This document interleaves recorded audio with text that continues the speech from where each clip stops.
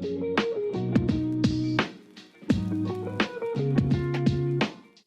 and welcome to Internet Archaeology, the podcast where we dive into nostalgia, weird internet stories, and forgotten games. I'm your host, Emma Tanner, a 20-something-year-old college student who grew up chronically online. I hope you enjoy, and let's dig up some dead media.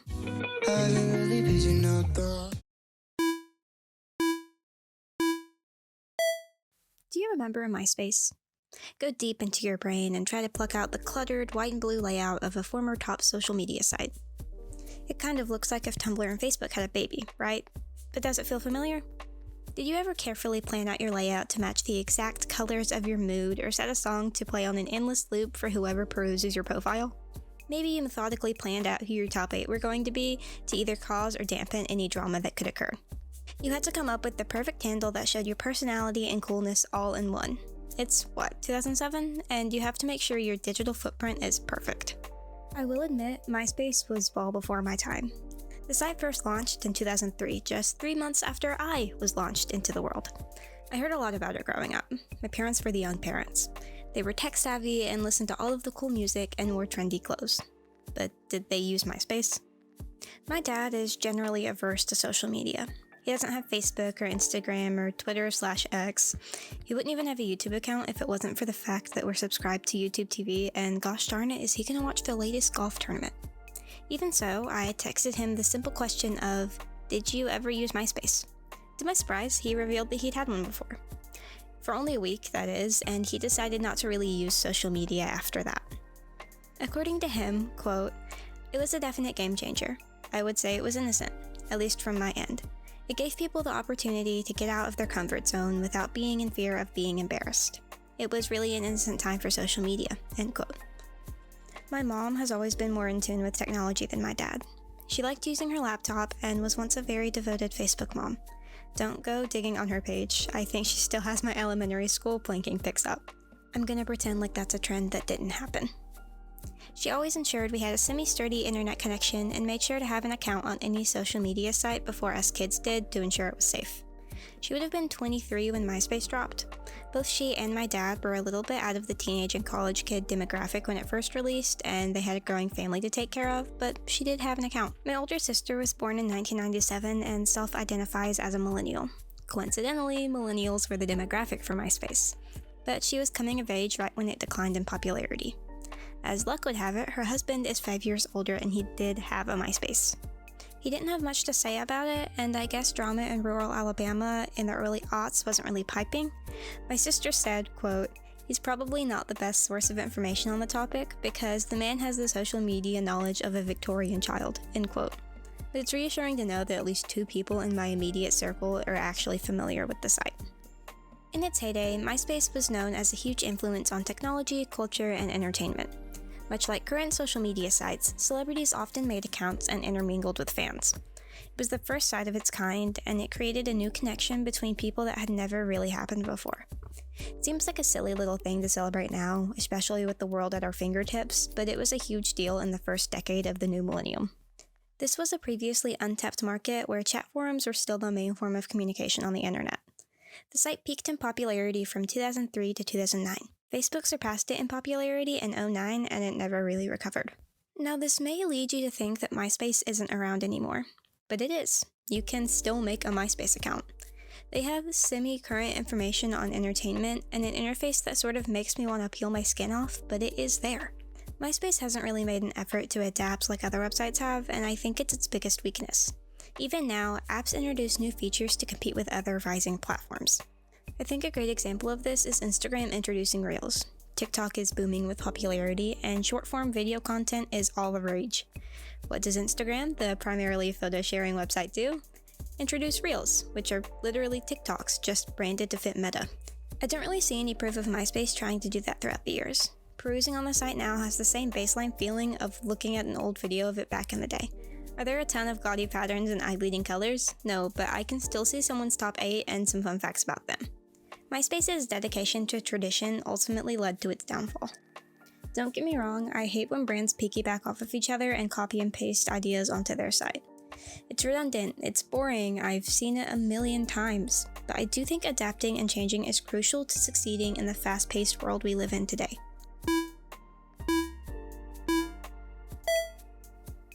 Google is a pretty decent example of a brand that has tried to adapt and change and it just didn't work for them.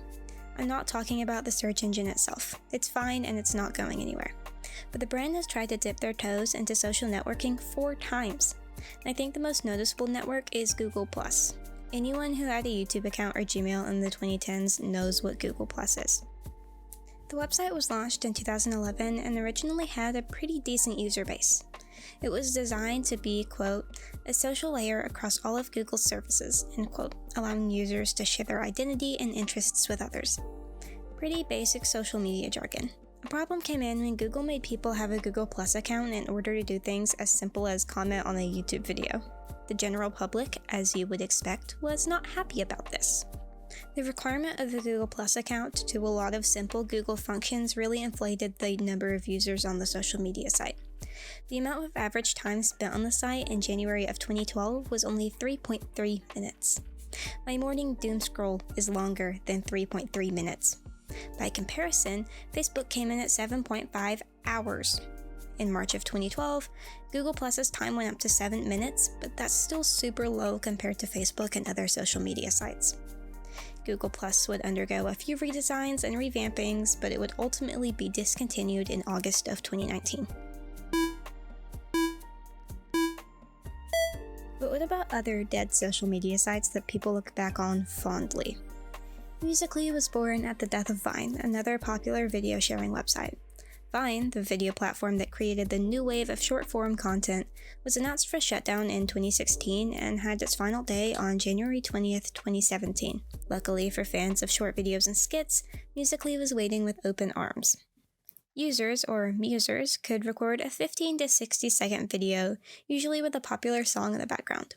They could direct message their friends through the Directly tab, and maybe even get verified or crowned, as musers called it. Duetting yourself, friends, or popular creators was also a common occurrence. Being featured was also like every muser's dream. The featured tab was where Musical.ly would hand-pick videos to be shown to their user base, usually based on quality and popularity. The most popular form of content was usually lip-syncing to trending tracks while moving the camera to create optical illusions. It's kind of a hard thing to describe, but I will swallow my pride and show some personal examples on YouTube and/or my website. I remember desperately wanting the level of creativity and fame that popular creators like Baby Ariel and Lauren Gray had. These conventionally attractive teenagers got popular casually lip-syncing to their favorite songs, and my 12-year-old self thought this was the pinnacle of fame. There were some celebrities present on the app, mostly ones reaching to a younger audience, but the user base expanded as the app did. 2015 marked its exponential rise to popularity, as it was the #1 app on the iOS App Store and was the most downloaded free app in over 30 countries. In May of 2016, the app had 70 million downloads, with over 10 million new videos posted every single day. Musical.ly was originally open to the Chinese and American markets, as it was created by 2 Chinese men named Alex Zhu and Lu Yu Yang. The app had a tepid reception in China, but American teenagers loved it. Since it was so popular, Zhu and Yang shifted their focus to the American market. One of the biggest campaigns Musical.ly undertook was the Coca-Cola Share Coke ad campaign, which was launched on the app.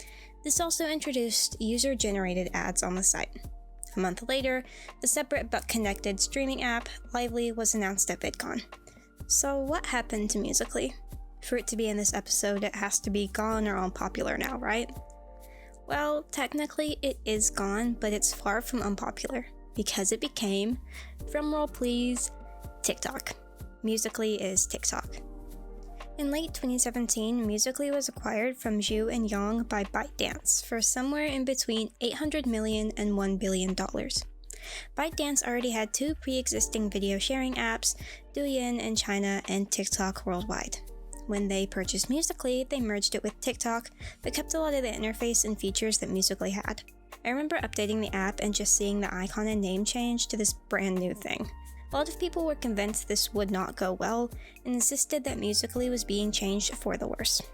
Time and popularity proved that wrong, as TikTok is the 6 most popular social media site platform worldwide. ByteDance has added continuous features such as TikTok Shop, and has had its fair share of criticisms and praise, but it's clearly not going anywhere anytime soon. Social media is a fast-paced and fickle market to get into. There's no denying that. Market definers like Facebook, Instagram, Twitter/X, TikTok, and even MySpace are still a part of the American communication culture. It isn't uncommon for people, especially Gen Z, to quote a popular TikTok audio or a meme they saw on Instagram. A lot of social norms are being shaped by social media too, and examining how they affect the way we view the world is crucial to being a media consumer or consumer in general. MySpace, one of, if not the, first full-fledged social media platform, was around when the third place was still prevalent in our society. The third place is a sociological term for social environments that isn't work or home. These third places, especially in the era of MySpace, were places like shopping malls and parks and arcades. Posts on social media would reflect people's time in these places. In the digital age, especially one marked by a having the world at our fingertips ideology, third places are becoming extinct. E-commerce is rapidly evolving, taking away the need for shopping malls. People are spending less and less time outside, instead opting for streaming or playing video games, which is taking away crowds at the park, and arcades are close to extinct, with video games on handheld or portable devices being increasingly popular as time goes on. Third places are crucial to our development, both socially and mentally.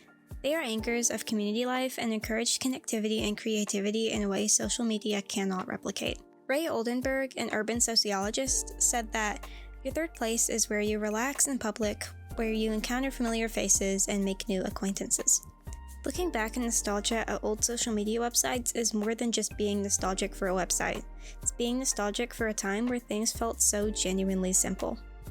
We were kids, but we were also kids who ran around shopping malls and met up at the park. The new wave of internet usage has given way to virtual third places. Massively multiplayer online games like World of Warcraft and even Fortnite are great examples of these virtual third places. They were crucial in the COVID-19 lockdown, and the popularity of MMO games like Among Us is a perfect show of that. Social media can also be seen as a virtual third place, as users interact and connect with each other like they would in an outdoor or public setting. This is sort of an emptier version though, as in-person contact and the physical presence of others is a key to a real third place. Like I said before, nostalgia is oftentimes rooted in the longing for a simpler time. Nostalgia for social media is no different. Interacting with people is key to living life in general, and the internet can be like putting a band-aid over a gaping wound. It helps a little bit, but a more permanent solution is needed.